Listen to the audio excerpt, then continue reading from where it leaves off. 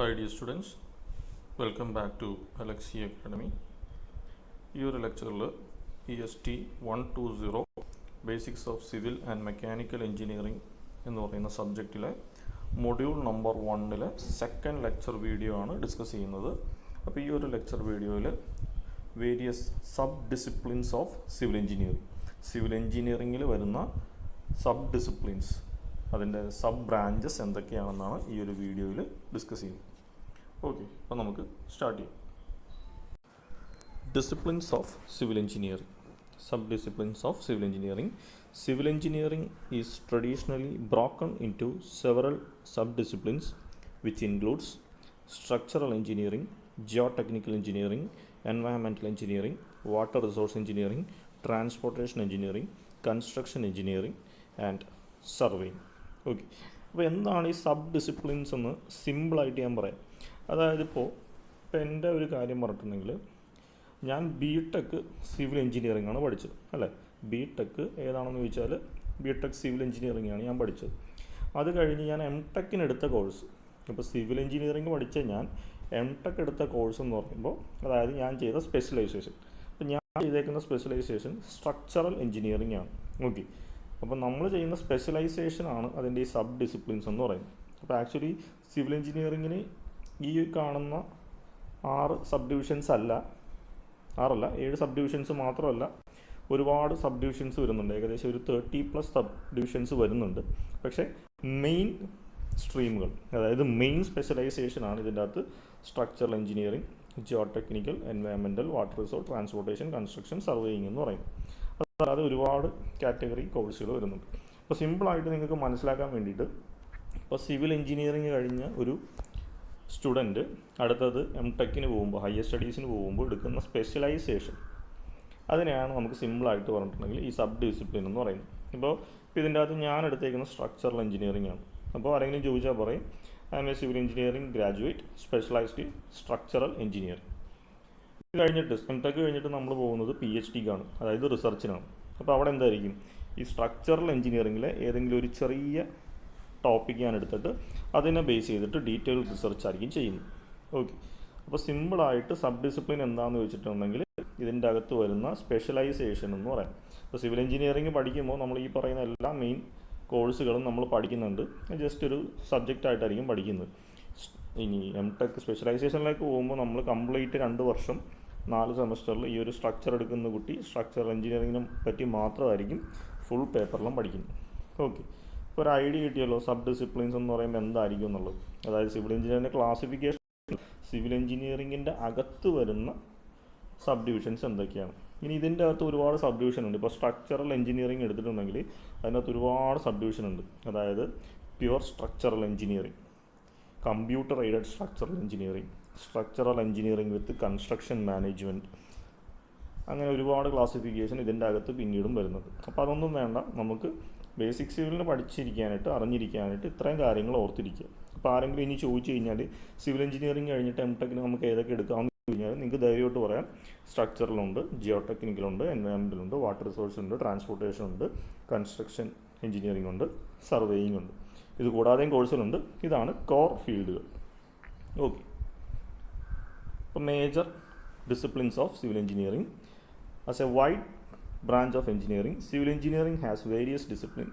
Few importance are as follow. അപ്പോൾ ഒരുപാട് sub disciplines ഉണ്ടെങ്കിലും അതിനകത്ത് ഇമ്പോർട്ടൻ്റ് ആയിട്ടുള്ള 7 മാത്രമേ നമ്മൾ ഡിസ്കസ് ചെയ്തു. അപ്പോൾ ഒന്നാമത്തത് construction engineering. As the name indicates, construction engineering means execution of all designs and plans on ground. അതായത് നമ്മൾ പ്ലാൻ ചെയ്ത് വെച്ചേക്കുന്നത്, ഡിസൈൻ ചെയ്ത് പേപ്പറിലും കമ്പ്യൂട്ടറിലൊക്കെ ആയിട്ട് നമ്മൾ പ്ലാൻ ചെയ്തും ഷെഡ്യൂൾ ചെയ്തും വരച്ച് വെച്ചേക്കുന്ന, അതായത് ഡിസൈൻ ചെയ്ത് വെച്ചേക്കുന്ന കാര്യങ്ങൾ ഗ്രൗണ്ടിൽ എക്സിക്യൂട്ട് ചെയ്യുന്ന ആ ഒരു എഞ്ചിനീയറിംഗ് ഡിസിപ്ലിനാണ് നമ്മൾ കൺസ്ട്രക്ഷൻ എഞ്ചിനീയറിംഗ് എന്ന് പറയുന്നത്. The construction phase of a project represent the first tangible result of a design. Using technical and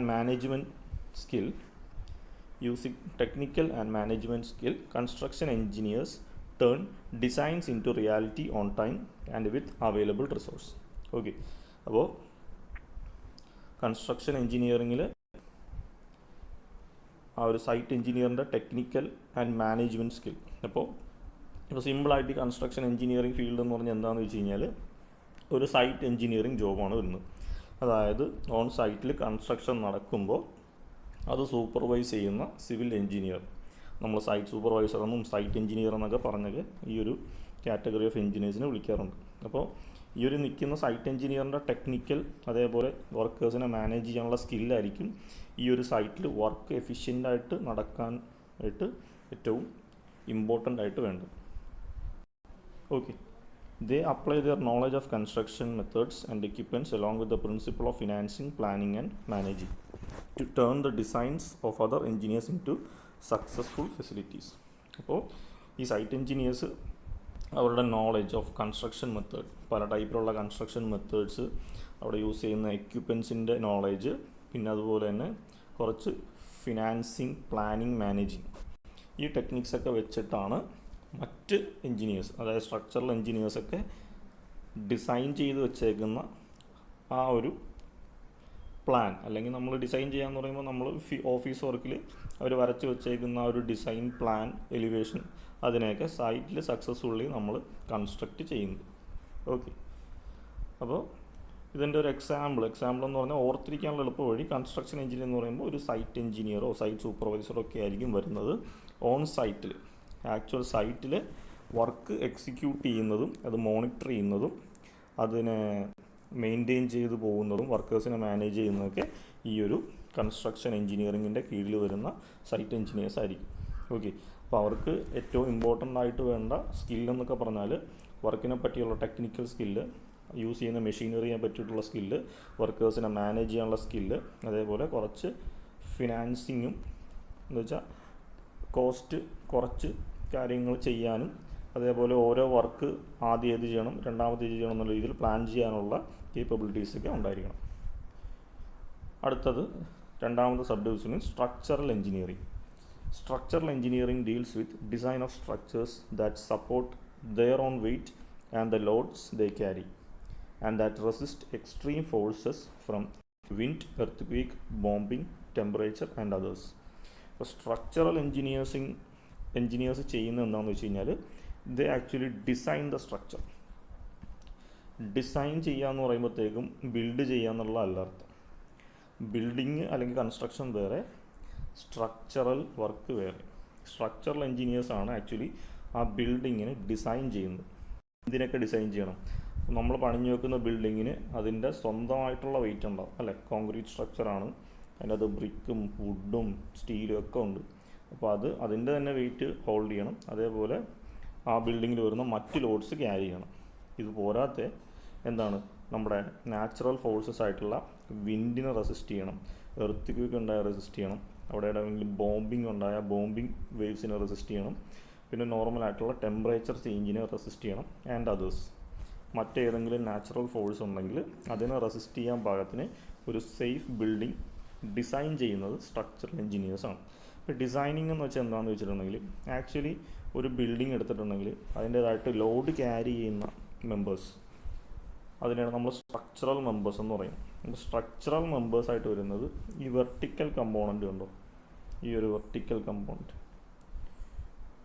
ഇതിനെയാണ് നമ്മൾ കോളംസ് എന്ന് പറയുന്നത്, കോൺക്രീറ്റ് കോളംസ്. അതേപോലെ ഈ കോളംസിനെ കണക്ട് ചെയ്ത് പോകുന്ന ഈ ഹൊറിസോണ്ടൽ മെമ്പർ ഉണ്ടോ, സ്ലാബിൻ്റെ തൊട്ട് താഴെ കാണാൻ പറ്റും, അതാണ് ബീംസ്. ഇനി ഓരോ ഫ്ലോറിൻ്റെയും സ്ലാബ്, ഈ ബീമിൻ്റെ മുകളിലായിട്ട് ഓരോ ഫ്ലോറിനും സ്ലാബുകളുണ്ട്. അപ്പോൾ ആക്ച്വലി സംഭവിക്കുന്നത് എന്താണെന്ന് വെച്ച് കഴിഞ്ഞാൽ ഈ സ്ലാബിലേക്കാണ് വെയിറ്റ് വരുന്നത്. ഇതിൻ്റെ മുകളിലുള്ള കംപ്ലീറ്റ് വെയിറ്റും ഈ സ്ലാബിലേക്ക് വരും. സ്ലാബ് ആ വെയിറ്റ് ബീംസ് വഴി കോളത്തിലേക്ക് ട്രാൻസ്ഫർ ചെയ്യും. കോളംസ് ഈ വെയിറ്റ് മുഴുവൻ ഫൗണ്ടേഷനിലേക്ക് ട്രാൻസ്ഫർ ചെയ്യും. ഫൗണ്ടേഷൻ ഈ വെയിറ്റ് മുഴുവൻ എർത്തിലേക്ക് ട്രാൻസ്മിറ്റ് ചെയ്യും. അപ്പോൾ ഒരു ബിൽഡിങ്ങിൻ്റെ സ്റ്റെബിലിറ്റി, സേഫ്റ്റിനെയൊക്കെ ഡിപ്പെൻഡ് ചെയ്തിരിക്കുന്നത് ഈ സ്ട്രക്ചറൽ മെമ്പറാണ്. അതായത് കോളം, ബീംസ്, സ്ലാബ്സ്. ഇതിൻ്റെയൊക്കെ ഡിസൈൻ എന്ന് പറയുമ്പോഴത്തേക്കും ചുമ്മാ അല്ല, അതൊക്കെ ഹൈറ്റ് എത്ര വേണം, അതിൻ്റെ ഡയമെൻഷനിങ് എത്ര വേണം എന്ന് വെച്ച് കഴിഞ്ഞാൽ ഇപ്പോൾ നിങ്ങൾ മാളുകളിലൊക്കെ ചെല്ലുമ്പോൾ, ഇവിടെ ഇപ്പോൾ നമ്മൾ മോൾ ഓഫ് ട്രാവൻകൂറിലൊക്കെ ചെന്ന് കഴിഞ്ഞാൽ ഏറ്റവും താഴെ പാർക്കിംഗ് ഏരിയ ഉണ്ട്. അവിടെ ചെല്ലുമ്പോൾ നമുക്ക് കാണാൻ പറ്റും ഓരോ പില്ലേഴ്സിൻ്റെ അതിൻ്റെ തിക്നെസ് എന്നൊക്കെ പറഞ്ഞാൽ ഭയങ്കര വലിയ സൈസിലാണ്. നേരെ മറിച്ച് ഇപ്പോൾ നിങ്ങൾ വീട്ടിലേക്ക് എടുത്തു കഴിഞ്ഞാൽ ചെറിയ പില്ലേഴ്സ് ആയിരിക്കും. അപ്പോൾ ആ പില്ലറിൻ്റെ സൈസൊന്നും വെറുതെ വരുന്നതല്ല, അതിന് ക്യാരി ചെയ്യാൻ പറ്റിയ ലോഡിന് റെസ്പോണ്ടിങ് ആയിട്ടാണ് ഓരോ പില്ലേഴ്സും ബീംസും സ്ലാബ്സും ഒക്കെ ഡിസൈൻ ചെയ്യേണ്ടത്. അപ്പോൾ ഈ ഒരു ഡിസൈനിങ്, ഈ ഒരു ഫ്രെയിം വർക്ക് ഡിസൈൻ ചെയ്യുന്നത് സ്ട്രക്ചറൽ എഞ്ചിനീയേഴ്സാണ്. പിന്നെ ഇതിൻ്റെ സൈഡിൽ വാൾ കൺസ്ട്രക്ട് ചെയ്യുക, ഇതിൻ്റെ ഇൻറ്റീരിയർ ഡിസൈൻ ചെയ്യുക, പെയിൻറ്റിൻ്റെ കളർ, അതൊക്കെ ആർക്കിടെക്ചറാണ് ചെയ്യുന്നത്. അപ്പോൾ ശരിക്കും പറഞ്ഞാൽ ഒരു ബിൽഡിംഗ്, സേഫ് ആയിട്ടുള്ള ബിൽഡിങ്ങിൻ്റെ ഡിസൈൻ ചെയ്യുന്നത് സ്ട്രക്ചറൽ എഞ്ചിനീയറിംഗ് ആണ്. ഡിസൈനിങ് എന്ന് പറയുമ്പോൾ പേപ്പറിലായിരിക്കാം, ഇപ്പോൾ നമ്മളെല്ലാം കമ്പ്യൂട്ടർ സോഫ്റ്റ്വെയർസിലാണ് ചെയ്യുന്നത്. ഇപ്പോൾ അവർ സോഫ്റ്റ്വെയർസിലിട്ട് അനലൈസ് ചെയ്ത് എത്ര ലോഡ് വരും, ആ ലോഡ് ഹാരി ചെയ്യാൻ വേണ്ടിയിട്ട് ഈ കോളത്തിൻ്റെ സൈസ് എന്തായിരിക്കണം, ബീമിൻ്റെ സൈസ് എന്തായിരിക്കണം, അതിന് എത്ര തിക്നെസ് വേണം, അതിൻ്റെ സ്പാൻ എത്ര വേണം, ഇതൊക്കെ ചെയ്യുന്നത് സ്ട്രക്ചറൽ എഞ്ചിനീയേഴ്സാണ്. ഇനി അതുപോലെ തന്നെ bridges, buildings, dams, towers and many other kind of projects are included with this speciality. അപ്പോൾ ബിൽഡിങ് മാത്രമല്ല, നമ്മുടെ കാശിരം കാണുന്ന bridge, high-rise buildings, towers, dams, മറ്റ് സ്ട്രക്ചറുകളിലും ഡിസൈൻ ഏരിയ ചെയ്യുന്നത് സ്ട്രക്ചറൽ എഞ്ചിനീയേഴ്സ് ആയിരിക്കും. Structural engineers develop appropriate combination of steel, concrete, timber, plastic and new exotic materials. അപ്പോൾ ഈ structural എഞ്ചിനീയേഴ്സാണ് അവിടെ എത്ര സ്റ്റീൽ ഉപയോഗിക്കണം, എത്ര കോൺക്രീറ്റ് ഉപയോഗിക്കണം, ഏതൊക്കെ പോർഷനിൽ ടിമ്പർ ഉപയോഗിക്കാം, പ്ലാസ്റ്റിക് ഉപയോഗിക്കാം, അതുപോലെ പുതിയ മെറ്റീരിയൽസൊക്കെ ഇൻട്രൊഡ്യൂസ് ചെയ്യുന്നത് സ്ട്രക്ചറൽ എഞ്ചിനീയേഴ്സാണ്. കാരണം അവർ ആ ഒരു ലോഡ് കാൽക്കുലേറ്റ് ഒക്കെ ചെയ്തിട്ട് ഇത് അപ്രോപ്രിയേറ്റ് ആണ്, ഇതിൻ്റെ കോമ്പിനേഷൻ അപ്രോപ്രിയേറ്റ് ആണെന്നൊക്കെ കണ്ടുപിടിക്കുന്നതും സജസ്റ്റ് ചെയ്യുന്നതൊക്കെ സ്ട്രക്ചറൽ എഞ്ചിനീയേഴ്സാണ്. They also plan and design, visit sites to make sure that the works are done properly according to design. ഇവർ പ്ലാനിങ്ങും ഡിസൈനിങ്ങും ചെയ്യുന്ന മാത്രമല്ല, യൂഷ്വലി അവർ സൈറ്റ് വിസിറ്റും നടത്തും, പ്രോജക്റ്റ് വിസിറ്റ് ചെയ്യാൻ പോകും. എന്നിട്ട് അവർ ഡിസൈൻ ചെയ്ത് കൊടുത്തേക്കുന്ന അതേ ഡയമെൻഷനിലും ലെങ്ത്തിലും സൈസിലൊക്കെയാണോ സൈറ്റിൽ ഈ ബിൽഡിങ് പ്രോഗ്രസ് ചെയ്തുകൊണ്ടിരിക്കുന്നതെന്നൊക്കെ അവർ കോൺസ്റ്റൻ്റ്ലി ക്രോസ് ചെക്കും ചെയ്യും. ഓക്കെ, ഇതൊക്കെയാണ് സ്ട്രക്ചറൽ എഞ്ചിനീയറിങ്ങിൽ ഓർത്തിരിക്കാനുള്ളത്. അടുത്ത നമുക്ക് മൂന്നാമത് വരുന്ന classification Jio technical engineering. Geotechnical engineering is required in all aspects of civil engineering because most of the projects are supported on ground. നമ്മൾ റിയൽ ലൈഫിൽ കാണുന്ന ഓൾമോസ്റ്റ് എല്ലാ സ്ട്രക്ചറും എന്താണ്, ഗ്രൗണ്ടിലാണ് സപ്പോർട്ട് ചെയ്യുന്നത് അല്ലേ. അപ്പോൾ ഗ്രൗണ്ടിൻ്റെ ഒരു സ്റ്റഡി, സോയിലിൻ്റെ ഇൻവെസ്റ്റിഗേഷനാണ് നമ്മൾ ജിയോ ടെക്നിക്കൽ എഞ്ചിനീയറിംഗിൽ വരുന്നത്. ദ എഞ്ചിനീയേഴ്സ് അല്ലെങ്കിൽ civil engineer deals with stability of soil, analysis of soil, analysis of foundation, അതൊക്കെയാണ് ഈ ജിയോ ടെക്നിക്കൽ എഞ്ചിനീയറിംഗിൽ വരുന്നത്. In geo technical engineering the properties of soil, rock that support and affect the behaviour of these structure are analysed. ഇപ്പോൾ geo technical എഞ്ചിനീയറിംഗിൽ സോയിലിൻ്റെ property, അതേപോലെ അതിൻ്റെ താഴെ വരുന്ന റോക്കിൻ്റെ പ്രോപ്പർട്ടി, ഇതൊക്കെയാണ് എന്ത് നമ്മുടെ ബിൽഡിങ്ങിനെ സപ്പോർട്ട് ചെയ്യുകയും ആ ബിൽഡിങ്ങിൻ്റെ സ്ട്രക്ചറിനെ അഫക്റ്റ് ചെയ്യുകയൊക്കെ ചെയ്യുന്നു. കാരണം താഴെയുള്ള മണ്ണും റോക്കൊക്കെ സ്ട്രോങ് അല്ലെങ്കിൽ നമ്മൾ കെട്ടിപ്പോകുന്ന ബിൽഡിങ്ങൊക്കെ സെറ്റിലായി ഇടിഞ്ഞു പൊളിഞ്ഞൊക്കെ വീഴും. Okay, the potential settlement of building, the stability of slopes and fils, the seepage of ground water and the effect of earth are evaluated. അപ്പോൾ യൂഷ്വലി അവർ ചെയ്യുന്ന അനാലിസിസ് എന്തൊക്കെയാണെന്ന് വെച്ചാൽ സെറ്റിൽമെൻറ്റ് ഓഫ് ബിൽഡിംഗ് സെറ്റിൽമെൻറ്റ് ചെയ്യാനുള്ള chance ഉണ്ടോ, stability of slope, ഇപ്പോൾ എന്തെങ്കിലും കുന്ന് ഇതേപോലത്തെ ഒരു സ്ലോപ്പിംഗ് ആയിട്ടുള്ള ഏരിയ ഉണ്ടെങ്കിൽ ഈ സ്ലോപ്പ് സ്റ്റേബിളാണോ, അതായത് ഇത് ഇടിഞ്ഞു പൊളിഞ്ഞ് വീഴാനുള്ള ചാൻസ് ഉണ്ടോ. അപ്പോൾ സ്ലോപ്സും ഫിൽസും അതിൻ്റെ സ്റ്റെബിലിറ്റി, അതായത് ഇപ്പോൾ നമ്മൾ എവിടെയെങ്കിലും കൊണ്ട് മണ്ണിങ്ങനെ കൂട്ടിയിട്ടിട്ടുണ്ട് ഒരു ഹൈറ്റിലേക്ക് വേണ്ടി, ചിലപ്പോൾ വെള്ളം കെട്ടി നിർത്താനൊക്കെ ആയിരിക്കും. അപ്പോൾ ഈ ഒരു സ്ലോപ്പ് സേഫ് ആണോ എന്നൊക്കെ ചെക്ക് ചെയ്യണം. അതേപോലെ സീപ്പേജ് ഓഫ് ഗ്രൗണ്ട് വാട്ടർ, നമ്മുടെ ഭൂമിക്ക്, ഇതാണ് ഗ്രൗണ്ട് ലെവലെങ്കിൽ ഭൂമിക്ക് താഴെ വെള്ളം സീപ്പ് ചെയ്ത് പോകുന്നുണ്ടല്ലേ, മഴ പെയ്യുമ്പോഴും മറ്റ് റിവേഴ്സിൽ നിന്ന് ലേക്സിൽ നിന്നൊക്കെ വെള്ളം സീപ്പ് ചെയ്ത് ഇതിൻ്റെ താഴെ കൂടി മൂവ്മെൻ്റ് ഉണ്ട്. അപ്പോൾ അതിൻ്റെ ഒരു മൂവ്മെൻറ്റിൻ്റെ അനാലിസിസും ജിയോ ടെക്നിക്കൽ എഞ്ചിനീയേഴ്സ് അവെയർ ആയിരിക്കണം. അതേപോലെ the effect of earthquakes are evaluated. അതേപോലെ എർത്ത് ക്വേക്സ് ഉണ്ടാകുമ്പോൾ ഇതിൻ്റെ സോയിലിൻ്റെ സ്റ്റെബിലിറ്റിക്ക് വരുന്ന ചേഞ്ചുകൾ, ഇതൊക്കെയാണ് ക്രാക്സ് വന്നേക്കുന്നത്, അത് ഫർദർ സെറ്റിൽ ചെയ്യൂ. അപ്പോൾ ഈ കാര്യങ്ങളൊക്കെ ഇവാലുവേറ്റ് ചെയ്യുന്നത് ജിയോ ടെക്നിക്കൽ എഞ്ചിനീയേഴ്സാണ്. Potential settlement of building, stability of slopes and fills, seepage of groundwater, effect of earthquakes. The investigation of rocks and soil at a project site are done with various tests and foundation are designed accordingly. അപ്പോൾ സൈറ്റിൽ നമ്മൾ അതിൻ്റെ താഴെ റോക്കാണെങ്കിലും സോയിലാണെങ്കിലും അതിൻ്റെ ഇൻവെസ്റ്റിഗേഷനൊക്കെ പ്രോപ്പറായിട്ട് ചെയ്തിട്ട് അതിന് suitable ആയിട്ടുള്ള രീതിയിലാണ് ആ ബിൽഡിങ്ങിൻ്റെ ഫൗണ്ടേഷൻ നമ്മൾ ഡിസൈൻ ചെയ്യുന്നത്. ഇപ്പോൾ തീരെ സ്റ്റെബിലിറ്റി ഇല്ലാത്ത ഒരു സോയിലാണ് നമുക്ക് ഫൗണ്ടേഷൻ കൺസ്ട്രക്ട് ചെയ്യേണ്ടതെങ്കിൽ നമ്മൾ പൈൽ ഫൗണ്ടേഷൻ അടിക്കും. വലിയ വലിയ പൈൽസ് നമ്മൾ കൺസ്ട്രക്ട് ചെയ്തിട്ട് ഇതിൻ്റെ മുകളിലായിരിക്കും മെയിൻ ഫൗണ്ടേഷൻ വരുന്നത്, ഇതിൻ്റെ മുകളിലായിരിക്കും സ്ട്രക്ചർ വരുന്നത്. അപ്പോൾ അങ്ങനെ ഓരോ സൈറ്റിലെ ഇൻവെസ്റ്റിഗേഷൻ, സോയിൽ ഇൻവെസ്റ്റിഗേഷൻ, റോക്ക് ഇൻവെസ്റ്റിഗേഷനൊക്കെ ചെയ്തിട്ട് അതിന് അപ്രോപ്രിയേറ്റ് ആയ രീതിയിലായിരിക്കും നമ്മൾ കൺസ്ട്രക്ട് ചെയ്യാൻ പോകുന്ന പ്രോജക്റ്റിൻ്റെ ബിൽഡിങ്ങിൻ്റെ ഫൗണ്ടേഷൻ ഡിസൈൻ ചെയ്യും. The study of soil is called soil mechanics. സോയിലിൻ്റെ സ്റ്റഡീനെയാണ് നമ്മൾ സോയിൽ മെക്കാനിക്സ് എന്ന് പറയുന്നത്. And study of behaviour of foundation, study of foundation ബിഹേവിയറിനാണ് നമ്മൾ ഫൗണ്ടേഷൻ എഞ്ചിനീയറിംഗ് എന്ന് പറയുന്നത്. Both are the sub disciplines of Jio technical engineering. ഈ ജിയോ ടെക്നിക്കൽ എഞ്ചിനീയറിംഗിൻ്റെ താഴെ വരുന്ന രണ്ട് സബ് ഡിവിഷൻസ് ആണ് സോയിൽ മെക്കാനിക്സും ഫൗണ്ടേഷൻ എഞ്ചിനീയറിംഗ്. ഓക്കെ, അപ്പോൾ നമ്മളിപ്പോൾ ഒരു പ്രോജക്റ്റ് ചെയ്യാൻ വേണ്ടിയിട്ട് സാങ്ഷൻ ഓർഡർ ആയിക്കഴിഞ്ഞാൽ അവിടെ ബിൽഡിങ് കൺസ്ട്രക്ട് ചെയ്യുന്നതിന് മുമ്പ് അവിടുത്തെ സോയിൽ പാർട്ടിക്കിൾസ്, റോക്ക് പാർട്ടിക്കിൾസ്, പിന്നെ അവിടുത്തെ വാട്ടർ ടേബിൾ, എന്ന് വെച്ചാൽ എത്ര ഡെപ്തിൽ കുഴിച്ചാലാണ് നമുക്ക് വെള്ളം കിട്ടുന്നത്, ആ ഒരു ഡെപ്തിനാണ് നമ്മൾ വാട്ടർ ടേബിൾ എന്ന് പറയുന്നത്. Water table. അപ്പോൾ ഈ കാര്യങ്ങളൊക്കെ ഇനീഷ്യലി ഒരു ജിയോ ടെക്നിക്കൽ എഞ്ചിനീയറിംഗ് വന്നിട്ട് അനലൈസ് ചെയ്യുക. ആ സോയിലിൻ്റെ ടെസ്റ്റ് റിസൾട്ട്, റോക്കിൻ്റെ ടെസ്റ്റ് റിസൾട്ട്, ഗ്രൗണ്ടിലുള്ള വെള്ളത്തിൻ്റെ മൂവ്മെൻറ്റ്, വെള്ളത്തിൻ്റെ ലെവൽ. വാട്ടർ ടേബിൾ കണ്ടുപിടിക്കാൻ വേണ്ടി ഏറ്റവും എളുപ്പം തൊട്ടടുത്ത കിണർ നോക്കിയാൽ മതി. തൊട്ടടുത്ത കിണറിൽ വെള്ളം ഏത് ലെവലിലാണോ നിൽക്കുന്നത് അത് തന്നെ എൻ്റെ വാട്ടർ ടേബിളിൻ്റെ ഡെപ്ത്. അപ്പോൾ ഇതൊക്കെ അനലൈസ് ചെയ്താൽ അവിടെ എത്രത്തോളം ഡെപ്തിൽ ഫൗണ്ടേഷൻ വേണമെന്നൊക്കെ സജസ്റ്റ് ചെയ്തിട്ട് ആ ബിൽഡിങ്ങിൻ്റെ ഫൗണ്ടേഷനാണ് നമ്മുടെ ബിൽഡിങ്ങിൻ്റെ അടിത്തറ. ആ ഫൗണ്ടേഷൻ കെട്ടിയിട്ട് അതിൻ്റെ മുകളിലായിരിക്കും പിന്നെ നമ്മൾ ബിൽഡിങ് കെട്ടിപ്പൊക്കുന്നത്. അപ്പോൾ ഫസ്റ്റ് സൈറ്റ് ഇൻവെസ്റ്റിഗേഷൻ ചെയ്യുന്നത്, ഒരു പ്രോജക്റ്റ് സാങ്ഷൻ ആയാൽ ഫസ്റ്റ് സൈറ്റ് ഇൻവെസ്റ്റിഗേഷൻ ചെയ്യുന്നത് ഒരു ജിയോ ടെക്നിക്കൽ എഞ്ചിനീയർ ആയിരിക്കും. അടുത്ത വന്നിട്ട് എൻവയറമെൻ്റൽ എഞ്ചിനീയറിംഗ്. ഇപ്പോൾ പേരിൽ നിന്ന് തന്നെ നിങ്ങൾക്ക് ഏകദേശം മനസ്സിലാവും. എൻവയറമെൻ്റൽ റിലേറ്റ് ചെയ്തിട്ടുള്ള ഇഷ്യൂസ്, ഓപ്പറേഷൻസ്, വർക്കിംഗ് എല്ലാം ഹാൻഡിൽ ചെയ്യുന്നതായിരിക്കും എൻവയറമെൻ്റൽ എഞ്ചിനീയറിംഗ്. എൻവയറമെൻറ്റ് റിലേറ്റ് ചെയ്ത് നമുക്ക് എയർ പൊല്യൂഷൻ ഉണ്ട്, വാട്ടർ പൊല്യൂഷൻ ഉണ്ട്, സോയിൽ പൊല്യൂഷൻ, അതിനാണ് എർത്ത് പൊല്യൂഷൻ എന്ന് പറയുന്നത്. അപ്പോൾ ഇതൊക്കെ അവോയ്ഡ് ചെയ്യാൻ വേണ്ടിയിട്ടുള്ള റെമഡിയൽ മെഷേഴ്സ്, ഇതിനൊക്കെ ടെസ്റ്റ് ചെയ്യാൻ വേണ്ടിയിട്ടുള്ള ടെസ്റ്റ് സെൻറ്റേഴ്സ്, അങ്ങനത്തെ കാര്യങ്ങളൊക്കെയാണ് ഈ എൻവയറമെൻ്റൽ എഞ്ചിനീയറിങ്ങിൻ്റെ കീഴിൽ. The engineering aspects of environment are dealed in this discipline. The study of causes and remedies of water, air and earth pollution, treatment, disposal of solid and liquid waste, water treatment plant, bioenergy conservation projects, disposal of electronic wastes are included in this discipline. അതായത് study of causes and remedies, air pollution, water pollution, soil pollution ഉണ്ടാകാനുള്ള കാരണവും അത് avoid ചെയ്യാനുള്ള remedial മെഷേഴ്സും ഒക്കെ ഈ ഒരു environmental എഞ്ചിനീയറിങ്ങിൻ്റെ സ്ട്രീമിൽ കീഴിൽ വരുന്നതാണ്. അതേപോലെ തന്നെ ഇത് ഉണ്ടായിക്കഴിഞ്ഞാൽ, ഈ പൊല്യൂഷൻസൊക്കെ ഉണ്ടായിക്കഴിഞ്ഞാൽ അതിൻ്റെ ട്രീറ്റ്മെൻറ്റ് എന്ന് വെച്ച് കഴിഞ്ഞാൽ അതെങ്ങനെ റിമൂവ് ചെയ്യാം, അതിനാണ് അതിൻ്റെ ട്രീറ്റ്മെൻറ്റ് എന്ന് പറയുന്നത്. അതേപോലെ disposal of solid and liquid waste.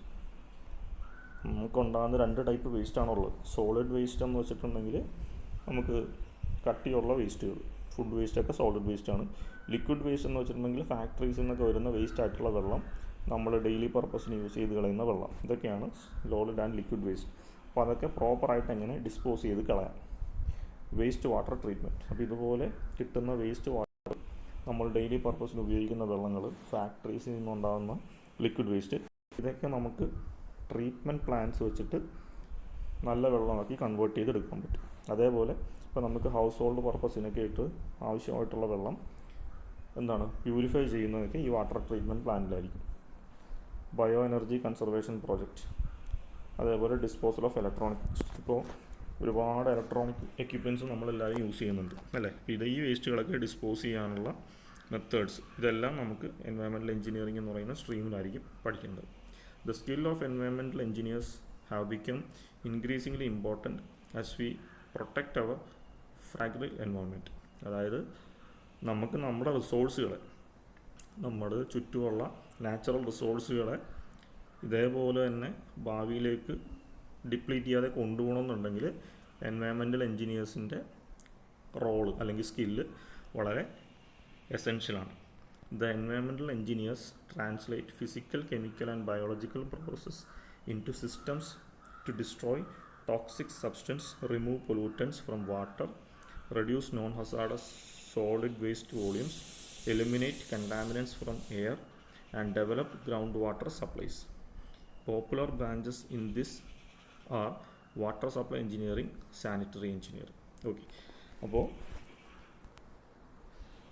Environmental engineers ആണ് എന്ത് കൺവേർട്ട് ചെയ്യുന്നത് physical, chemical and biological process, പലതരത്തിലുള്ള ഫിസിക്കൽ, കെമിക്കൽ, ബയോളജിക്കൽ പ്രോസസ്സ് വഴി എന്താണ് ദേ ഡിസ്ട്രോയ് ടോക്സിക് സബ്സ്റ്റൻസ്, ടോക്സിക് ആയിട്ടുള്ള ഹാംഫുൾ ആയിട്ടുള്ള സബ്സ്റ്റൻസിനെ ഡിസ്ട്രോയ് ചെയ്യും. വാട്ടർ, വെള്ളത്തിൽ നിന്നുള്ള പൊല്യൂട്ടൻസിനെ റിമൂവ് ചെയ്ത് വാട്ടർ പ്യൂരിഫൈ ചെയ്യും. റെഡ്യൂസ് നോസാഡസ് സോളിഡ് വേസ്റ്റ് വോളിയം എന്നുവെച്ചാൽ അപകടകാരി അല്ലാത്ത സോളിഡ് വേസ്റ്റുകളെയൊക്കെ റിമൂവ് ചെയ്യാൻ പറ്റും. ടോക്സിക് ആയിട്ടുള്ളതിനെയൊക്കെ ട്രീറ്റ് ചെയ്യത്തില്ല. പിന്നെ അതുപോലെ eliminate contaminants from air, air പൊല്യൂഷനിലുള്ള കണ്ടാമിനൻസ്, ആവശ്യമില്ലാത്ത പാർട്ടിക്കിൾസിനെയൊക്കെ റിമൂവ് ചെയ്യാനുള്ള ടെക്നിക്സ്. അതേപോലെ ഡെവലപ്പ് ഗ്രൗണ്ട് വാട്ടർ സപ്ലൈ, താഴത്ത് നമ്മുടെ ഭൂമിയുടെ അടിയിലുള്ള വെള്ളത്തിന് നമ്മൾ ഗ്രൗണ്ട് വാട്ടർ എന്ന് പറയുന്നത്, അതിനെ ഡെവലപ്പ് ചെയ്യാനുള്ള ടെക്നിക്സൊക്കെ പ്രൊമോട്ട് ചെയ്യുന്നത് എൻവയൺമെൻറ്റൽ എഞ്ചിനീയേഴ്സാണ്. ഇനി എൻവയൺമെൻറ്റൽ എഞ്ചിനീയറിങ്ങിൻ്റെ കീഴിൽ വരുന്ന 2 ഇമ്പോർട്ടൻ്റ് ആയിട്ടുള്ള സബ് ബ്രാഞ്ചസ് ആണ് വാട്ടർ സപ്ലൈ എഞ്ചിനീയറിങ്ങും സാനിറ്ററി എഞ്ചിനീയറിങ്. ഓക്കെ. ഇതുപോലെ നമുക്കിപ്പോൾ ഓരോ ഏരിയയിലുള്ള വെള്ളമൊക്കെ കോൺസ്റ്റൻ്റ് ആയിട്ട് സാമ്പിൾ കളക്ട് ചെയ്തിട്ട് അവർ ലബോറട്ടറി കൊണ്ട് ടെസ്റ്റ് ചെയ്യും. ഇപ്പോൾ നമുക്ക് ചിലയിടത്തൊക്കെ മീൻ ചത്തു പൊങ്ങുന്നു, ഇപ്പോൾ കായലിൽ വിഷാംശം കലരുന്നു. ഇതൊക്കെ ടെസ്റ്റ് ചെയ്യാൻ വരുന്നതെന്ന് പറഞ്ഞാൽ ഈ ഒരു എൻവയൺമെൻറ്റൽ എഞ്ചിനീയേഴ്സ് ആയിരിക്കും വരുന്നത്. ഇത് നമ്മളറിയാതെ തന്നെ അവർ നമ്മുടെ ഏരിയയിലുള്ള വെള്ളങ്ങൾ കോൺസ്റ്റൻ്റ് ആയിട്ട് വന്ന് സാമ്പിൾ കളക്ട് ചെയ്തുകൊണ്ട് പോകും. അതിപ്പോൾ നമ്മുടെ വീട്ടിൽ വന്ന് കളക്ട് ചെയ്യണമെന്നില്ല, ആ ഒരു ഏരിയയിലുള്ള കുളത്തിലും കായലിലേക്ക് വെള്ളം വന്നവർ കോൺസ്റ്റൻ്റ് ആയിട്ട് ചെക്ക് ചെയ്യും. എന്നിട്ട് അതിൻ്റെ അകത്തുള്ള ടോക്സിക് മെറ്റീരിയൽസൊക്കെ ഉണ്ടോ, അതോ വലിയ കുഴപ്പമില്ലാത്ത മെറ്റീരിയൽസൊക്കെ ആണോ. അപ്പോൾ ടോക്സിക് ആയിട്ട് മെറ്റീരിയൽ ഉണ്ടെങ്കിൽ അവരതിനെപ്പറ്റി ഇൻവെസ്റ്റിഗേഷൻ നടത്തും. അപ്പോൾ ഏതെങ്കിലും ഫാക്ടറിയിൽ നിന്നുള്ള വേസ്റ്റ് കൊണ്ടാണോ ഈ പ്രശ്നം ഉണ്ടാകുന്നത്, ഇങ്ങനെ ഇവാലുവേറ്റ് ചെയ്തിട്ട് ഒരു റിപ്പോർട്ട് ഗവൺമെൻറ്റിന് കൊടുക്കും. അടുത്തത് transportation engineering. The quality of community is directly related to quality of transportation. ഒരു ലൊക്കാലിറ്റിയിൽ താമസിക്കുന്ന കമ്മ്യൂണിറ്റി, ഒരു സമൂഹത്തിൻ്റെ ക്വാളിറ്റി ആ ഏരിയയിലുള്ള ട്രാൻസ്പോർട്ടേഷൻ സിസ്റ്റത്തിൻ്റെ ക്വാളിറ്റി ഡിപ്പെൻഡ് ചെയ്തിരിക്കും. നല്ല ട്രാൻസ്പോർട്ടേഷൻ ഫെസിലിറ്റി ഉള്ള ഏരിയ ആണെങ്കിൽ നമ്മൾ പറയും സിറ്റിയാണ്, അവിടെ പോയാൽ എപ്പോഴും ബസ് കിട്ടും, വണ്ടി കിട്ടും എന്നൊക്കെ പറയും. അപ്പോൾ അത് തന്നെ നമ്മുടെ ഏരിയയിലുള്ള ട്രാൻസ്പോർട്ടേഷൻ്റെ ക്വാളിറ്റിയാണ് ആ ഏരിയയിലുള്ള കമ്മ്യൂണിറ്റിയുടെ ഒരു ക്വാളിറ്റി ആയിട്ട് പറയും. Transportation engineering deals with movement of people, goods, materials safely and efficiently by different modes of transportation. അപ്പോൾ എൻവയൺമെൻറ്റൽ എഞ്ചിനീയറിംഗ് ഡീൽ ചെയ്യുന്നത് എന്താണെന്ന് വെച്ച് കഴിഞ്ഞാൽ movement of people, goods and materials, ആൾക്കാരുടെയും വസ്തുക്കളുടെയും പല കമ്മോഡിറ്റീസിൻ്റെയും സേഫും എഫിഷ്യൻറ്റുമായിട്ടുള്ള മൂവ്മെൻറ്റ്. ഇപ്പോൾ നമുക്ക് ഇപ്പോൾ ട്രിവാൻഡ്രത്തുനിന്ന് എറണാകുളത്തേക്ക് പോകണം, സേഫും ആയിരിക്കണം, എഫിഷ്യൻറ്റും ആയിരിക്കണം. സേഫ് എന്ന് പറയുമ്പോഴത്തേക്കും നമുക്ക് വേറെ അപകടമൊന്നും ഉണ്ടാകാൻ പാടില്ല. അപ്പോൾ നീറ്റായിട്ടുള്ള റോഡും ബ്രിഡ്ജസും മെയിൻറ്റെയിൻ ചെയ്യുക. എഫിഷ്യൻ്റ് എന്ന് പറഞ്ഞിട്ടുണ്ടെങ്കിൽ ഇപ്പോൾ ഇവിടെ നിന്ന് എറണാകുളത്തേക്ക് പോയിട്ട് 2 ദിവസം സമയം എടുത്തു കഴിഞ്ഞാൽ അത് എഫിഷ്യൻ്റ് ആവുമോ? ഇല്ല. അപ്പോൾ അത് എഫിഷ്യൻറ്റും ആയിരിക്കും, സേഫും ആയിരിക്കണം. അപ്പോൾ പെട്ടെന്ന് പോകണമെന്നുണ്ടെങ്കിൽ നമ്മൾ എന്തെടുക്കും? ഫ്ലൈറ്റ് എടുക്കും, അല്ലെങ്കിൽ നമുക്ക് ട്രെയിൻ മോഡിൽ നമുക്ക് പോകാം. അപ്പോൾ അതൊക്കെ കുറച്ച് ടൈം എടുത്ത് പോയാൽ മതിയെങ്കിൽ നമുക്ക് ബസ് അല്ലെങ്കിൽ റോഡ് റൂട്ടിൽ പോകാം.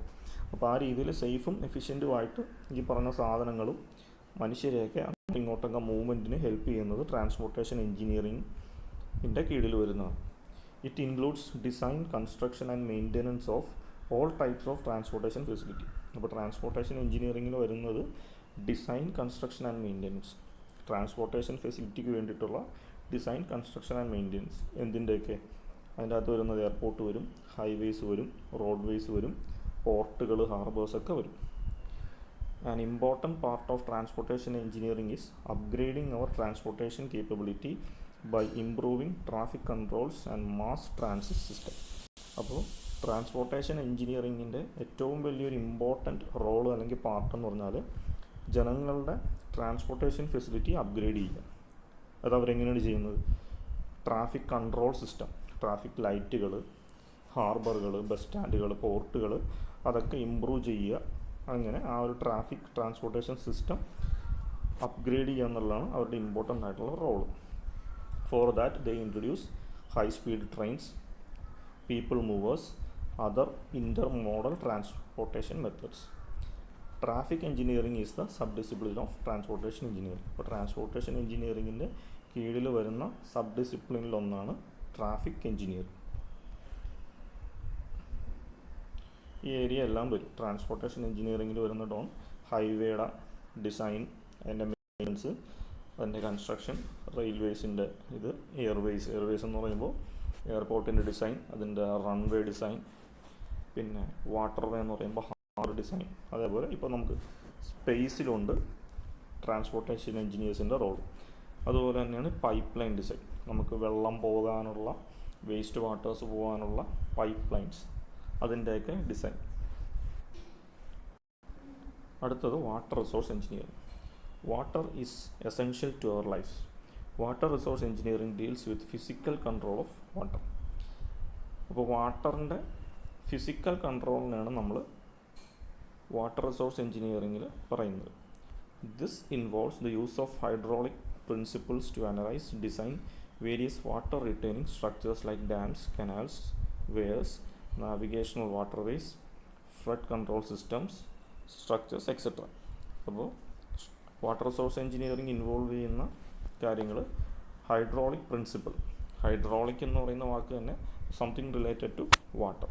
ആ വാട്ടർ റിലേറ്റഡ് പ്രിൻസിപ്പിൾ വെച്ചിട്ട് എന്താണ് സ്ട്രക്ചേഴ്സ്, വാട്ടർ റിലേറ്റഡ് സ്ട്രക്ചേഴ്സിനെ അനലൈസ് ചെയ്യുക, ഡിസൈൻ ചെയ്യുക. വാട്ടർ റിലേറ്റഡ് സ്ട്രക്ചർ എന്ന് പറയുമ്പോൾ നിങ്ങൾക്കറിയാം, ഡാമുകൾ, വെള്ളം ഫ്ലോ ചെയ്യുന്ന കനാൽസ്, വെയർ എന്ന് വെച്ച് കഴിഞ്ഞാൽ വാട്ടറിനെ ഫ്ലോനെ ഒബ്സ്ട്രക്റ്റ് ചെയ്യാൻ വേണ്ടിയിട്ട് വെക്കുന്ന ബാരിയേഴ്സിനെ നമ്മൾ വെയേഴ്സ് എന്ന് പറയുന്നത്. നാവിഗേഷണൽ വാട്ടർവേസ്, നാവിഗേഷൻ പർപ്പസിന് ഉപയോഗിക്കുന്ന വാട്ടർവേസ്. പിന്നെ ഫ്ലഡ് കൺട്രോൾ സ്ട്രക്ചേഴ്സ്, പെട്ടെന്ന് മഴയൊക്കെ വന്ന് വെള്ളം പൊങ്ങിക്കഴിഞ്ഞാൽ അതിനെ പ്രൊട്ടക്റ്റ് ചെയ്യാൻ വേണ്ടി നമ്മൾ യൂസ് ചെയ്തേക്കുന്ന സ്ട്രക്ചേഴ്സ്. ഇതിന് ഒരുപാട് കാര്യങ്ങളുണ്ട്. ഇപ്പോൾ റിവർ ഫ്ലോ ചെയ്യുന്നു, ഈ റിവറിൻ്റെ രണ്ടറ്റത്തും നമ്മൾ കോൺക്രീറ്റ് സ്ട്രക്ചർ വെച്ചിട്ട് കവർ ചെയ്തിട്ടുണ്ടാവും, എന്ന് വെച്ചാൽ മണ്ണ് ഇടിഞ്ഞിങ്ങോട്ട് വീഴാതിരിക്കാൻ വേണ്ടി. അപ്പോൾ അങ്ങനത്തെ ഒരുപാട് സ്ട്രക്ചേഴ്സിൻ്റെ ഡിസൈനും അതിൻ്റെ അനാലിസിസും. ഇപ്പോൾ ഡാം കൺസ്ട്രക്ട് ചെയ്ത് വെച്ചാൽ പോരാ, ഇടയ്ക്ക് അത് പോയിട്ട് അതിൻ്റെ അകത്ത് ലീക്കേജ് ഉണ്ടോ, അതിൻ്റെ സെറ്റിൽമെൻറ്റ് വല്ലതും സംഭവിക്കുന്നുണ്ടോ, അതിപ്പോൾ എത്രത്തോളം സ്ട്രോങ് ആണ് എന്നുള്ള അനാലിസിസ് ചെയ്യണം, ഡിസൈനിങ് ചെയ്യണം. അപ്പോൾ ഇതൊക്കെയാണ് വാട്ടർ റിസോഴ്സ് എഞ്ചിനീയറിങ്ങിൻ്റെ കീഴിൽ വരുന്നത്. അതേപോലെ study of rainfall data, flood, sediment transport, protection of ground water resource are done by this branch. അപ്പോൾ റെയിൻഫോൾ ഡാറ്റ കളക്ട് ചെയ്യും. ഇപ്പോൾ നമ്മൾ ചില ദിവസം മഴ പെയ്യുമ്പോൾ കേൾക്കാറുണ്ട് ന്യൂസിൽ, ഇന്ന് 10 സെൻറ്റിമീറ്റർ അല്ലെങ്കിൽ 1 സെൻറ്റിമീറ്റർ വെള്ളം ആണ് ഉണ്ടായത് മഴയിൽ, അല്ലെങ്കിൽ കഴിഞ്ഞ വർഷത്തെ മഴയിൽ 100 mm റെയിൻഫോളാണ് ഉണ്ടായത്. ആ രീതിയിലത്തെ റെയിൻഫോൾ ഡാറ്റാസൊക്കെ കളക്ട് ചെയ്യുന്നത് ഫ്ലഡ് എസ്റ്റിമേഷൻ, അതായത് ഇപ്പോൾ ഫ്ലഡ് പ്രഡിക്റ്റ് ചെയ്യുന്ന സ്റ്റഡിയൊക്കെ നടത്തുന്നത് ഈ ഒരു വാട്ടർ റിസോഴ്സ് എഞ്ചിനീയേഴ്സാണ്. അതേപോലെ സെഡിമെൻറ്റ് ട്രാൻസ്പോർട്ട്, ഈ മഴ വന്ന് വെള്ളം ഒഴുകിപ്പോകുന്നതിൻ്റെ കൂടെ പാർട്ടിക്കിൾസ് ട്രാൻസ്പോർട്ട് ചെയ്ത് പോകും. ഈ സെഡിമെൻറ്റ് ട്രാൻസ്പോർട്ടിൻ്റെ അനാലിസിസ് ഒക്കെ ചെയ്യുന്നത് ഇവരാണ്. അതേപോലെ protection of ground water resources, നമുക്കുള്ള നാച്ചുറൽ ഗ്രൗണ്ട് വാട്ടർ റിസോഴ്സുകളുണ്ട്, ഉറവ, വെള്ളം വരുന്ന ഒരു നമ്മൾ ചില സ്ഥലത്തൊക്കെ കണ്ടിട്ടില്ലേ, വർഷത്തിൽ 365 ദിവസവും നമുക്ക് വെള്ളം അവൈലബിൾ ആയിരിക്കും. അപ്പോൾ ആ ഒരു ഗ്രൗണ്ട് വാട്ടർ റിസോഴ്സിനെയൊക്കെ പ്രൊട്ടക്റ്റ് ചെയ്യാനുള്ള മെഷേഴ്സ് എടുക്കും, അതിനെ പൊല്യൂട്ടൊന്നും ചെയ്യാം. അതൊക്കെ ഈ വാട്ടർ റിസോഴ്സ് എഞ്ചിനീയറിങ്ങിൻ്റെ കീഴിൽ വരുന്നത്. ഈ ഒരു ഫിഗറിൽ കാണാം ഈ ഒരു ബാരിയർ, ഇതിനാണ് നമ്മൾ ഡാം എന്ന് പറയുന്നത്. ഇതിൽ തന്നെ ഒരുപാട് കമ്പോണൻസ് പഠിക്കാനുണ്ട്, അപ്പോൾ നിങ്ങൾക്കതൊന്നും വരുന്നില്ല. ഈ ഡാമിൻ്റെ അകത്ത് ഈ ഒരു സൈഡിൽ, ഇതിൻ്റെ ഇപ്പുറത്തെ സൈഡിലായിട്ട് താഴെ ഷട്ടേഴ്സ് ഉണ്ടാവും വെള്ളം തുറന്നു വിടാൻ വേണ്ടി. പിന്നെ ഇതിൻ്റെ ഫ്ലോനെ റെഗുലേറ്റ് ചെയ്യാൻ വേണ്ടിയിട്ട് 2 വാൾസ് ഉണ്ട്. കാരണം വെള്ളം റാൻഡമായിട്ട് വന്നാൽ ഇവിടുത്തെ പാർട്ടിക്കിൾസൊക്കെ ഒലിച്ചു പോകും. അതേപോലെ ഈ ഒരു സൈഡ് മണ്ണ് ഒലിച്ചു പോകാതിരിക്കാൻ വേണ്ടി ഇവിടെ സ്റ്റോൺസൊക്കെ വെച്ച് ഇങ്ങനെ പിച്ച് ചെയ്യും, പ്രൊട്ടക്ഷൻ വർക്കായിട്ട്. അപ്പോൾ അങ്ങനെ ഒരുപാട് കാര്യങ്ങൾ നമുക്ക് ഈ വാട്ടർ റിസോഴ്സ് എഞ്ചിനീയറിങ്ങിൻ്റെ കീഴിൽ വരുന്നുണ്ട്. നിങ്ങൾ ഇത്ര അറിഞ്ഞിരുന്നാൽ മതി. Water resource engineering deals with analysis and design of water related structure, dam, canals, weirs, navigation waterway, flood control system, അതേപോലെ റെയിൻ ഫോൾ സ്റ്റഡിയും ഫ്ലഡിൻ്റെ സ്റ്റഡി, സെഡിമെൻറ്റ് ട്രാൻസ്പോർട്ടിൻ്റെ സ്റ്റഡി, ഗ്രൗണ്ട് വാട്ടർ റിസോഴ്സിനെ പ്രൊട്ടക്റ്റ് ചെയ്യാനുള്ള മെഷേഴ്സ്, ഇതൊക്കെ വാട്ടർ റിസോഴ്സ് എഞ്ചിനീയറിങ്ങിൻ്റെ അണ്ടറിൽ വരുന്നതാണ്. Last one, surveying and remote sensing. Surveying is to determine the position of points on, above, below the surface of earth by means of direct or indirect measurements of distance, elevation and direction. അപ്പോൾ surveying എന്ന് പറഞ്ഞിട്ടുണ്ടെങ്കിൽ നമ്മുടെ എർത്തിൻ്റെ level, എർത്തിൻ്റെ മുകളിലോ earth സർഫസിലോ എർത്തിൻ്റെ താഴെയോ ഉള്ള ഒരു പോയിൻറ്റിൻ്റെ position identify ചെയ്യലാണ്. അത് ഏത് രീതിയിലായിരിക്കും? ചിലപ്പോൾ ഡിസ്റ്റൻസിലായിരിക്കും പറയുന്നത്, ചിലപ്പോൾ അതിൻ്റെ എലിവേഷൻ വെച്ചിട്ടായിരിക്കും പറയുന്നത്, ചിലപ്പോൾ അതിൻ്റെ ഡയറക്ഷൻ വെച്ചിട്ടായിരിക്കും പറയുന്നത്. ഒരു എക്സാമ്പിൾ പറഞ്ഞിട്ടുണ്ടെങ്കിൽ, ഇപ്പോൾ ഞാനിവിടെ നിൽക്കുന്നു, ഈ ഒരു പൊസിഷൻ എ എന്ന് പറയുന്ന പോയിൻ്റ് എവിടെയാണെന്ന് അറിയണമെന്നുണ്ടെങ്കിൽ ഇവിടെ നിന്ന് ഇവിടം വരെയുള്ള ഹൊറിസോണ്ടൽ ഡിസ്റ്റൻസ് അറിയണം. ഇനി ഈ ഒരു എലിവേഷൻ, ഇത് തമ്മിലുള്ള ഹൈറ്റ് ഡിഫറൻസിന് നമ്മൾ എലിവേഷൻ എന്ന് പറയുന്നത്. അതേപോലെ ഡയറക്ഷൻ, ഇത് നോർത്ത് ഡയറക്ഷനിലാണോ നോർത്ത് വെസ്റ്റ് ഡയറക്ഷനിലാണോ, അപ്പോൾ ആ രീതിയിൽ ഒരു പോയിൻറ്റിൻ്റെ കോർഡിനേറ്റ്സിനെ ഐഡൻറ്റിഫൈ ചെയ്യാനുള്ള പ്രോസസ്സാണ് സർവേയിങ് എന്ന് വെച്ചാൽ. These are required for any projects in civil engineering. നമ്മൾ ഏത് പ്രോജക്റ്റ് എടുത്താലും എന്ത് വർക്ക് എടുത്താലും ഫസ്റ്റ് ചെയ്യേണ്ടത് സർവേയിങ് ആണ്. ആ ലാൻഡ് അളക്കുക, അതിൻ്റെ ഏരിയ, വോളിയം, അതിൻ്റെ എലിവേഷൻ, സ്ലോപ്പ്, ഇതെല്ലാം മെഷർ ചെയ്യുക എന്ന് പറയുന്നത് സർവേയിങ് ആണ് വരുന്നത്. Surveying has advanced from chain surveying to remote sensing. അത് പണ്ട് കാലത്ത് യൂസ് ചെയ്തിരുന്നത് ചെയിൻ സർവേ ആണ്. ഇപ്പോൾ നിങ്ങൾ ചില സിനിമയൊക്കെ കാണുമ്പോൾ അതിൻ്റെ അകത്ത് വീട് ഭാഗം വെക്കുന്ന ഏരിയയിലൊക്കെ വരുമ്പോൾ എന്താണ് അളക്കുന്ന പ്രൊസീജിയർ കണ്ടിട്ടില്ലേ? ഇതേപോലെ ഒരു സ്റ്റാൻഡ് വെച്ചിട്ട് ഇങ്ങനെ ചെയിൻ ഇങ്ങനെ വലിച്ചിട്ടിട്ട് അവർ മെഷർമെൻ്റൊക്കെ എടുത്ത് നോക്കും. അപ്പോൾ പണ്ട് കാലത്ത് യൂസ് ചെയ്യുന്ന ചെയിൻ സർവേ ആണ്. ഇപ്പോൾ നമ്മൾ റിമോട്ട് സെൻസിങ് GPS ഒക്കെ വെച്ചിട്ടാണ് മെഷർമെൻ്റൊക്കെ നടത്തുന്നത്. അതിൻ്റെ ഒരു മോഡേൺ എക്യുപ്മെൻസിൻ്റെ എക്സാമ്പിളാണ് EDM, total station GPS. EDM എന്ന് വെച്ചാൽ electronic distance measurement, total station global position system. ഇതൊക്കെയാണ് ലേറ്റസ്റ്റ് ആയിട്ട് നമ്മൾ സർവേയിങ്ങിന് യൂസ് ചെയ്യുന്ന എക്യുപ്മെൻറ്റ്സ്. അപ്പോൾ ഒരു പ്രോജക്റ്റ് സാങ്ഷൻ ആയി കഴിഞ്ഞാൽ ഞാൻ പറഞ്ഞു സോയിൽ ഇൻവെസ്റ്റിഗേഷനൊക്കെയാണ് ഫസ്റ്റ് ചെയ്യേണ്ടത്. അതിനോടൊപ്പം ആ പ്രോജക്റ്റിലുള്ള ഏരിയയൊക്കെ അളന്ന് മുറിച്ച് ബൗണ്ടറി കെട്ടാനും അവിടുത്തെ സ്ലോപ്പ് എത്രയാണ്, ലെങ്ത് എത്രയുണ്ട്, ഏരിയ എത്രയുണ്ട്, വോളിയം എത്രയുണ്ട്, അതുപോലത്തെ കാര്യങ്ങളൊക്കെ ചെയ്യുന്നത് ഒരു സർവേ ചെയ്തിട്ടാണ്. ഈ ഒരു എക്യുപ്മെൻ്റാണ് ടോട്ടൽ സ്റ്റേഷൻ. ഈ ഒരു ഫിഗറിൽ കാണുന്ന ഈ ഒരു എക്യുപ്മെൻ്റാണ് ടോട്ടൽ സ്റ്റേഷൻ. ഇത് വെച്ചിട്ട് നമുക്ക് ഡിസ്റ്റൻസ് മെഷർ ചെയ്യാം, എലിവേഷൻ മെഷർ ചെയ്യാം, സ്ലോപ്പ് മെഷർ ചെയ്യാം, ഏരിയ കാൽക്കുലേറ്റ് ചെയ്യാം, വോളിയം കാൽക്കുലേറ്റ് ചെയ്യാം. ഒന്നും നമുക്ക് ഹാൻഡ് റിട്ടൺ ആയിട്ട് എഴുതി വെക്കണ്ട. ഇതിൻ്റെ അകത്ത് തന്നെ മെഷീനിൽ നമുക്ക് സ്റ്റോർ ചെയ്യാനും പറ്റും. ഓക്കെ, അപ്പോൾ ഈ ഒരു ലെക്ചറിൽ നമ്മൾ സിവിൽ എഞ്ചിനീയറിങ്ങിൻ്റെ സബ് ഡിസിപ്ലിൻസ് ആണ് പറഞ്ഞത്. അപ്പോൾ ഡീറ്റെയിൽഡ് ആയിട്ടുള്ള നോട്ട്സ് ഈ ഒരു ലെക്ചറിൽ നിന്ന് തന്നെ എനിക്ക് കിട്ടും. നിങ്ങളിതെല്ലാം പഠിക്കണമെന്നില്ല, ക്യാപ്സ്യൂളാക്കി ഓർത്തിരിക്കുക. അപ്പോൾ 7 സബ് ഡിസിപ്ലിൻസ് ആണ് നമ്മൾ പറഞ്ഞത്. ഇതൊരു 2 വട്ടം ഈ ഒരു ലെക്ചർ കണ്ട് കോൺസെപ്റ്റ് മനസ്സിലാക്കിയിട്ട് നോട്ട് എഴുതി എടുക്കുക. Okay, thank you.